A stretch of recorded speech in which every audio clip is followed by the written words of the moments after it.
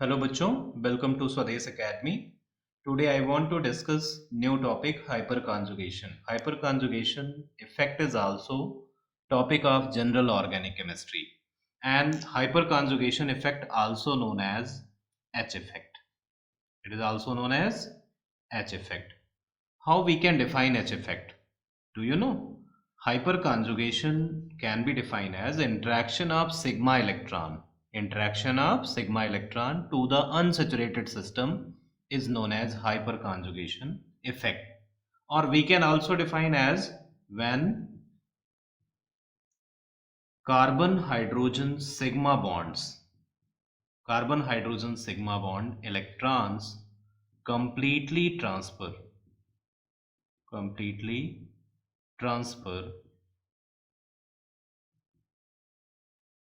to the unsaturated system. Do you know what is unsaturated system unsaturated system may be as like double bond or triple bond, positive charge or free radical means odd electron species. So we can also define as when CH bond of CH sigma bond of electron completely transfer to the double bond or positive charge or free radical is known as hyperconjugation. Hyperconjugation is more dominant than inductive effect. मतलब क्या है कि hyperconjugation ज़्यादा powerful है, ज़्यादा dominating है inductive effect से, but resonance effect से इसकी जो है डोमिनेंस कम है. मीन्स अगर हम आर्डर में इनको अरेंज करते हैं तो सबसे ज़्यादा इफेक्ट किसका है? Resonance effect. Resonance effect is more dominating than hyperconjugation, hyper H effect, and H effect is more dominating than inductive effect, I effect. It is clear? Okay. Hyperconjugation effect is a permanent effect. It is permanent effect. Like inductive effect. जैसे inductive effect आपका permanent effect है, वैसे ये भी permanent effect है. और hyper conjugation की help से हम स्टेबिलिटी कार्बोकेटायन की स्पेशली कार्बेनायन की नहीं, और फ्री रेडिकल और डबल बॉन्ड हैविंग या triple bond having any species का हम स्टेबिलिटी आसानी से डिसाइड कर सकते हैं. मींस हाइपर कॉन्जुगेशन की मदद से हम stability of carbocation, free radical, double bond और अनसैचुरेटेड सिस्टम की स्टेबिलिटी को एक्सप्लेन किया जा सकता है. अब इनमें इलेक्ट्रॉन का मूवमेंट कैसे हम देखते हैं और कुछ एग्जांपल से देखते हैं. For example CH3 CH2 plus, you know, this carbon is a unsaturated carbon, sp2 hybridized carbon, and just neighboring carbon, इसके जो बगल वाला कार्बन है इसको हम अल्फा कार्बन कहते हैं, और अल्फा कार्बन से लगे हुए हाइड्रोजन को आप अल्फा हाइड्रोजन कहते हो. तो अल्फा हाइड्रोजन रखने वाला स्पीसीज अगर अनसेचुरेटेड सिस्टम से जुड़ा हुआ है वही हाइपर कॉन्जुगेशन शो करता है. That is very important part. जो अल्फा हाइड्रोजन रखेगा या अल्फा बॉन्ड होंगे, जैसे क्लोरो के साथ भी कभी कभी ऐसे जो है हाइपर कॉन्जुगेटिव स्ट्रक्चर पॉसिबल हैं, तो इसलिए हम कह सकते हैं कि alpha sigma bond specially hydrogen और some cases halogen directly attached with the unsaturated system can show hyperconjugation effect. For example, CH3, there are 3 alpha hydrogen. In this case, 3 alpha hydrogen are present. Clear?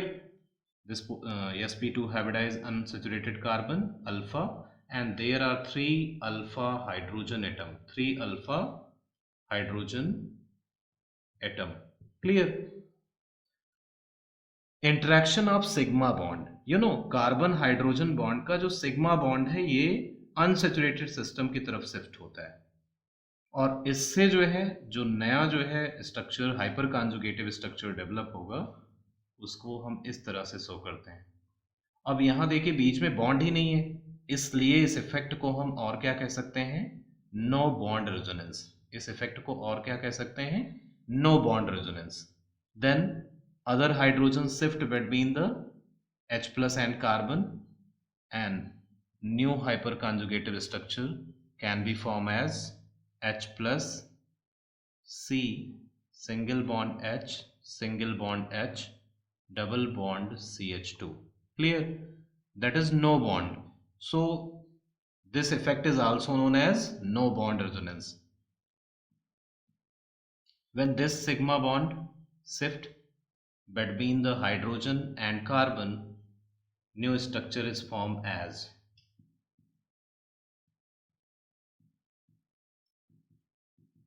So 3 hydrogen, अगर किसी भी compound में 3 alpha hydrogen है, 3 alpha hydrogen है, तो उनके 3 hyper conjugative structure बन रहे हैं। कितने हाइपर कॉन्जुगेटिव स्ट्रक्चर बन रहे हैं, 3। Clear? One another example like CH3 and this carbocation is a primary carbocation. This carbocation is a primary carbocation. एक और एग्जांपल लेते हैं, CH3 CH3 CH plus secondary carbocation. Secondary carbocation. What is carbocation? Positively charged species in which positive charge present on carbon. ऐसा species जिसपे carbon पर plus charge है उसे हम क्या कहेंगे, सेकेंडरी कार्बोकेटाइन। अब आप देखिए इस स्पेसिफिक sp2 हाइब्रिडाइज कार्बन, इस कार्बन का हाइब्रिडाइजेशन क्या है, sp2 मींस अनसैचुरेटेड सिस्टम है, और इससे लगा हुआ सैचुरेटेड जो कार्बन है वो क्या है, अल्फा। कितने अल्फा हाइड्रोजन, कितने अल्फा कार्बन है, 2। और फिर कितने अल्फा हाइड्रोजन हो जाएंगे आप बताइए, 3 alpha hydrogen on one methyl group and 3 alpha hydrogen another methyl group. So total number of alpha hydrogen is 6. 6 alpha hydrogen atom present. So 6 hyperconjugative structure can be formed in case of like this. And in case of tertiary alkyl carbocation, tertiary methyl carbocation like CH3 whole thrice C plus. In this situation, unsaturated carbon is a center carbon which have positive charge. और इससे जो लगा हुआ carbon है ये alpha, इसी से directly ये भी कार्बन लगा हुआ है इसलिए ये भी अल्फा, और इसी अनसैचुरेटेड सिस्टम से ये कार्बन लगा है इसलिए ये भी अल्फा। टोटल कितने अल्फा हाइड्रोजन अल्फा कार्बन हो गए, 3। फिर कितने अल्फा हाइड्रोजन इसमें हो जाएंगे, 3 on one methyl, 3 on one methyl, another methyl, and 3 on another methyl. So total number of alpha hydrogen are 9. 9 alpha hydrogen atom present in tertiary methyl carbocation. So they can form 9 hyperconjugative structure. And what is the use of hyperconjugation? We can decide stability of carbocation. More the number of hyperconjugative structure, more the number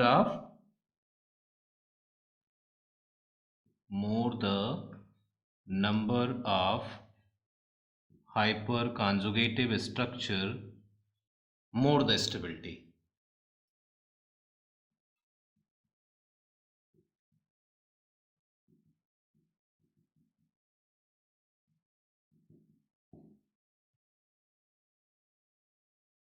Some other examples like CH2 double bond CH3,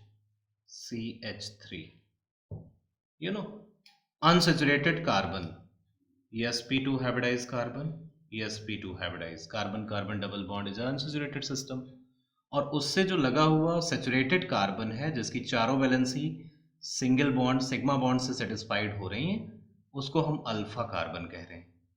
तो बताइए इस structure में कितने alpha hydrogen है, 3 hydrogen, 3 hyper conjugative, 3 alpha hydrogen present, hence 3 hyper conjugative structures possible. 3 hyper conjugative structure possible. और देखते हैं कैसे इनको हम बना सकते हैं। CH3 can be written as CH double bond CH2. Clear? अब ये आपका अनसेचुरेटेड सिस्टम है, इसमें परसेंटेज यस करेक्टर अगर आप देखिए तो 33% है। कार्बन कार्बन डबल बॉन्ड में परसेंटेज यस करेक्टर कितना होगा? 33.3%। और यस करेक्टर डायरेक्टली प्रोपोर्शनल होता है किसके? इलेक्ट्रोनेगेटिविटी के। इसलिए सिग्मा बॉन्ड का इंटरेक्शन कार्बन कार्बन के बीच में होगा। सिग्मा बॉन्ड आपका कंप्लीटली इलेक्ट्रॉन उसका ट्रांसफर हो जाएगा between carbon and carbon. So a new hyperconjugative structure is formed as H, C and H plus. No bond. Actually in this compound, one carbon hydrogen have no bond, and due to this reason this structure is known as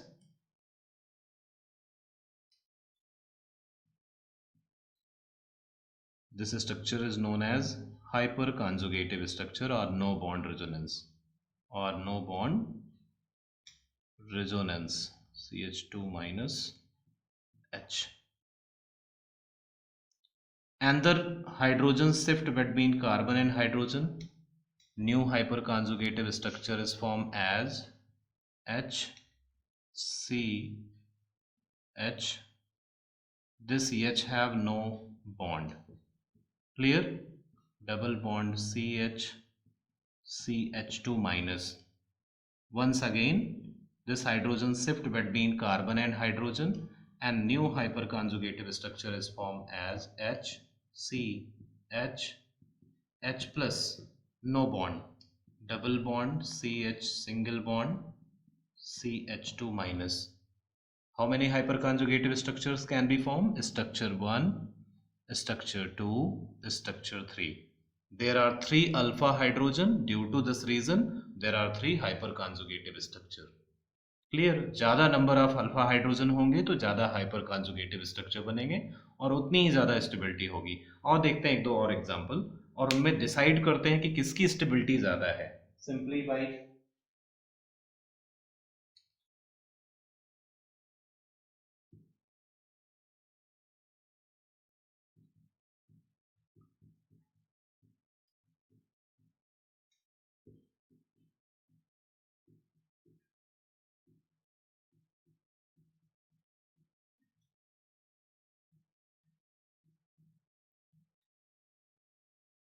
whole twice, clear, whole twice C double bond CH CH3. There are 3 compound are given. 3 आपको compound दिए हुए हैं, 3 structure दिए हुए हैं और इनमें से आपको बताना है कि कौन सा स्ट्रक्चर ज़्यादा स्टेबल होगा और क्यों। तो हाइपर कॉन्जुगेशन की हेल्प से और इंडक्टिव इफेक्ट दोनों की हेल्प से हम इनकी स्टेबिलिटी को डिसाइड कर सकते हैं। और आपने जैसा अभी पढ़ा कि रेजोनेंस इफेक्ट सबसे ज़्यादा जो है डोमिनेटिंग इफेक्ट करता है, फिर हाइपर कॉन्जुगेशन और सबसे लीस्ट जो इफेक्ट होता है उसका इंडक्टिव इफेक्ट का। तो हाइपर कॉन्जुगेशन से हम इनकी स्टेबिलिटी को एक्सप्लेन करेंगे। अब आप देखिए इसमें unsaturated system sp2 hybridise sp2 hybridise, इससे लगा हुआ कार्बन अल्फा। तो इस कंपाउंड में कितने अल्फा हाइड्रोजन है? क्यों भाई, कितने अल्फा हाइड्रोजन होंगे? 3। क्यों? क्योंकि अल्फा कार्बन पर 3 हाइड्रोजन है, 3 alpha hydrogen. In this compound sp2 hybridize sp2, there are 2 unsaturated carbon and both have 1 alpha carbon. Clear? तो टोटल 2 अल्फा कार्बन है और दोनों अल्फा कार्बन पर 3 हाइड्रोजन प्रेजेंट है, 3 तो टोटल अल्फा हाइड्रोजन कितने हो गए? 6 alpha hydrogen atom. Structure number 3 have methyl group twice with 1 carbon and 1 methyl group attached with another sp2 hybridized. ये कार्बन कैसा हाइब्रिडाइजेशन है? sp2। और हमने आपको सिखाया क्या है कि interaction of sigma electron to the unsaturated system is known as hyperconjugation. और आप देखिए कि यहाँ अल्फा कार्बन पर 3 हाइड्रोजन है लेकिन अल्फा कार्बन 2 बार रिपीट हुआ है और यहाँ 1 है। टोटल अल्फा कार्बन कितने हो गए? 3 और टोटल अल्फा हाइड्रोजन कितने हो गए? 9 अल्फा हाइड्रोजन एटम है। और आपको पता है कि जिनकी ज़्यादा अल्फा हाइड्रोजन होते हैं उतनी ही ज़्यादा उसकी stability. More alpha hydrogen atom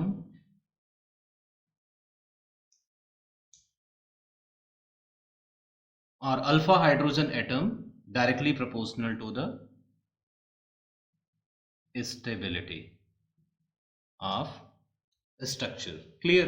It means this compound have highest stability. This compound have highest stability than this one, and least stable is this one, because 9 hyperconjugative structure possible in this case, and 6 hyperconjugative structures can be possible in this case, and 3 hyperconjugative structures possible in this case. Okay. Next, hyperconjugation also can be seen in free radical having at least one alpha hydrogen. So I want to discuss one more example of the free radical. Free radical आप जानते हैं कि odd electron species को कहते हैं. हम सबसे simplest free radical ले रहे हैं, CH3CH2 फ्री रेडिकल. ये आपका प्राइमरी फ्री रेडिकल है. क्या है? प्राइमरी 1 डिग्री फ्री रेडिकल है. ठीक है, ऑड इलेक्ट्रॉन स्पीसीज. अगर आप इनको ओपन स्ट्रक्चर देखिए तो इसका हाइब्रिडाइजेशन क्या है? sp2. ये अनसैचुरेटेड सिस्टम है और इससे लगा हुआ कार्बन आपका अल्फा, और अल्फा में कितने हाइड्रोजन है? अल्फा कार्बन से जो डायरेक्टली अटैच है 3. तो आप अब इनके ओपन स्ट्रक्चर बना लीजिए. HCH3 हो गया, CH2 फ्री रेडिकल. अब ये अनसैचुरेटेड सिस्टम, इसको एक इलेक्ट्रॉन अगर मिल जाए तो इसका ऑक्टेट पूरा हो जाएगा. तो यहां पर बॉन्ड की ब्रेकिंग होगी, बट होमोलिसिस. हाफ बॉन्ड आपका हाइड्रोजन की तरफ शिफ्ट होगा और हाफ बॉन्ड जो है कार्बन की तरफ. मींस होमोलिसिस होगी, फ्री रेडिकल डेवलप होगा, और ये यहाँ का फ्री रेडिकल, यहाँ का फ्री रेडिकल आपस में ज्वाइन करके डबल बॉन्ड बनाएगा. क्लियर? और देखते हैं दूसरा स्ट्रक्चर क्या बनेगा. HC hydrogen free radical, hydrogen free radical, dots represent free radical, and H double bond CH2. Then other structure, half bond, homolysis. Other structure is H free radical having no bond, H double bond CH2. Then further half of the bond shift toward the carbon, half of the bond shift toward the, means homolysis takes place. आधे electron carbon को मिल रहे हैं, आधे electron hydrogen को, तो फिर से ये हाइड्रोजन आपका फ्री रेडिकल में कन्वर्ट हो जाएगा. और इन स्ट्रक्चर्स में देखिए तो स्ट्रक्चर फर्स्ट, स्ट्रक्चर सेकंड में भी बॉन्ड नहीं है, इसलिए इनको हम नो बॉन्ड रेजोनेंस भी कहते हैं. और जो नेक्स्ट स्ट्रक्चर डेवलप होगा वो होगा CHH hydrogen free radical double bond CH2. Clear? कितने अल्फा हाइड्रोजन थे? 3. इसलिए इनमें कितने हाइपर कॉन्जुगेटिव स्ट्रक्चर बन गए? 1 2 3. आओ देखते हैं, कंपैरेटिव स्टडी करते हैं फ्री रेडिकल्स की एग्जांपल के through. There are 3 examples are given. CH3CH2 free radical means ethyl free radical, primary free radical, and propyl secondary free radical, and tertiary butyl free radical. So primary, secondary and tertiary free radical are given. अगर आप structure first को आप देखिए तो इसमें कितने alpha hydrogen हैं? देखिए CH3 CH3 CH2 free radical. इस कार्बन का हाइब्रिडाइजेशन sp2 है और इस कार्बन का हाइब्रिडाइजेशन sp3 है, और इस कार्बन को हम क्या कह रहे हैं? अल्फा. तो कितने अल्फा हाइड्रोजन हो गए? 3 अल्फा हाइड्रोजन. और जितने अल्फा हाइड्रोजन उतने हाइपर कॉन्जुगेटिव स्ट्रक्चर पॉसिबल हैं. स्ट्रक्चर सेकंड को अगर हम थोड़ा सा ओपन करके देखें, CH free radical, CH H H C H H H. ये भी आपका अल्फा कार्बन है, ये भी आपका अल्फा कार्बन है, और ये आपका sp2 हाइब्रिडाइज कार्बन है. क्लियर? तो अल्फा कार्बन कितने हैं? 3 अल्फा कार्बन है, और यहां भी आपका अल्फा कार्बन है. तो 2 अल्फा कार्बन है और टोटल अल्फा हाइड्रोजन कितने हो गए? 6 alpha hydrogen atom. Case 3 a carbon have 3 methyl group Like in structure second, it have 3 alpha hydrogen, alpha carbon, and total number of alpha hydrogen are 9. 9 alpha hydrogen. So more the number of alpha hydrogen, more the stability. Due to this reason, tertiary free radical can form 9 hyperconjugative structure. Secondary free radical form 6 hyperconjugative structure, and primary free radical form 3 hyperconjugative structures. So tertiary free radical is more stable than secondary, and secondary free radical is more stable than primary. We can also explain the stability by inductive effect. You know, methyl is a positive I group. They increase electron density on carbon. So stability of the free radical in case of tertiary free radical increases than secondary, and secondary is more stable than primary. बच्चों आप ध्यान रखिए कि जितने ज़्यादा alkyl group हों और जितने ज़्यादा अल्फा हाइड्रोजन हों किसी भी जो है अनसैचुरेटेड सिस्टम से लगे हुए कार्बन पर, उतनी ही ज़्यादा उसकी स्टेबिलिटी होगी. इसको हम हाइपर कॉन्जुगेशन के थ्रू एक्सप्लेन कर सकते हैं. Hyperconjugation also known as H effect, as I told you, H effect, और इसको हम बेकर नाथन इफेक्ट भी कहते हैं. Baker Nathan effect. कुछ और इंटरेस्टिंग क्वेश्चन जो है देखेंगे. One more example I want to discuss with you. Example is benzene ring having C, Cl, Cl, Cl. Benzene ring carbon is also unsaturated carbon, sp2 hybridised carbon, और इससे लगा हुआ जो कार्बन होता है वो अल्फा कार्बन है. तो इस अल्फा कार्बन से 3 अल्फा क्लोरीन लगे हुए हैं. और यहाँ पर एक इंटरेस्टिंग फैक्ट आपको दिखेगा, नेगेटिव एच इफेक्ट. यहाँ पर नेगेटिव हाइपर कॉन्जुगेशन इफेक्ट आप. So in this structure there are 3 alpha chlorine, और अल्फा क्लोरीन जो है ये भी हाइपर कॉन्जुगेशन शो करते हैं, लेकिन एक स्पेशल टाइप का यहाँ पर एच इफेक्ट दिखता है, उसे हम कहते हैं negative H effect. Negative H effect. Clear? तो देखते हैं कैसे इसका स्ट्रक्चर बनेगा. Actually carbon chlorine bond delocalise होगा, और बेंजीन रिंग जो है यहाँ से इलेक्ट्रॉन को शेयर करेगी बिटवीन कार्बन एंड कार्बन. मतलब यहाँ पर सिग्मा बॉन्ड की शिफ्टिंग टूवर्ड क्लोरीन हो रही है. ठीक है? और इससे जो नया स्ट्रक्चर बनेगा वो इस तरह से होगा. बहुत ध्यान से इसको देखिएगा. यहाँ पर पॉजिटिव चार्ज आएगा. क्यों? क्योंकि यहाँ का पाई इलेक्ट्रॉन डीलोकलाइज हो गया है. ठीक है? और बिटवीन कार्बन एंड कार्बन, और इस Cl पर कैसा चार्ज आ गया? नेगेटिव. Cl पर कैसा चार्ज आ गया बच्चों? नेगेटिव. दूसरा Cl,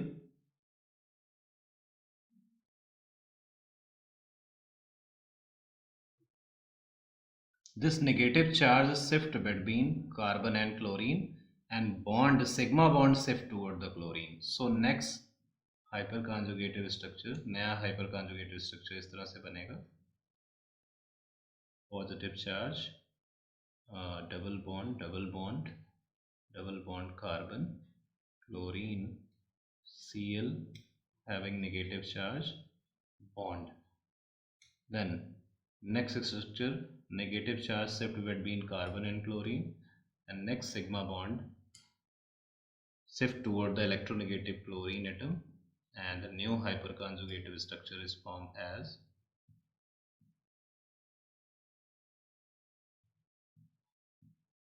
double bond C, Cl, Cl, Cl minus. ये minus H effect, that is the example of minus H effect. That is very interesting example of hyperconjugation. एक important point आपको note कराना चाह रहे हैं कि जो कार्बन आयन होते हैं ये कभी भी H effect नहीं शो करते. Carbon ion, please note down it. Carbon ion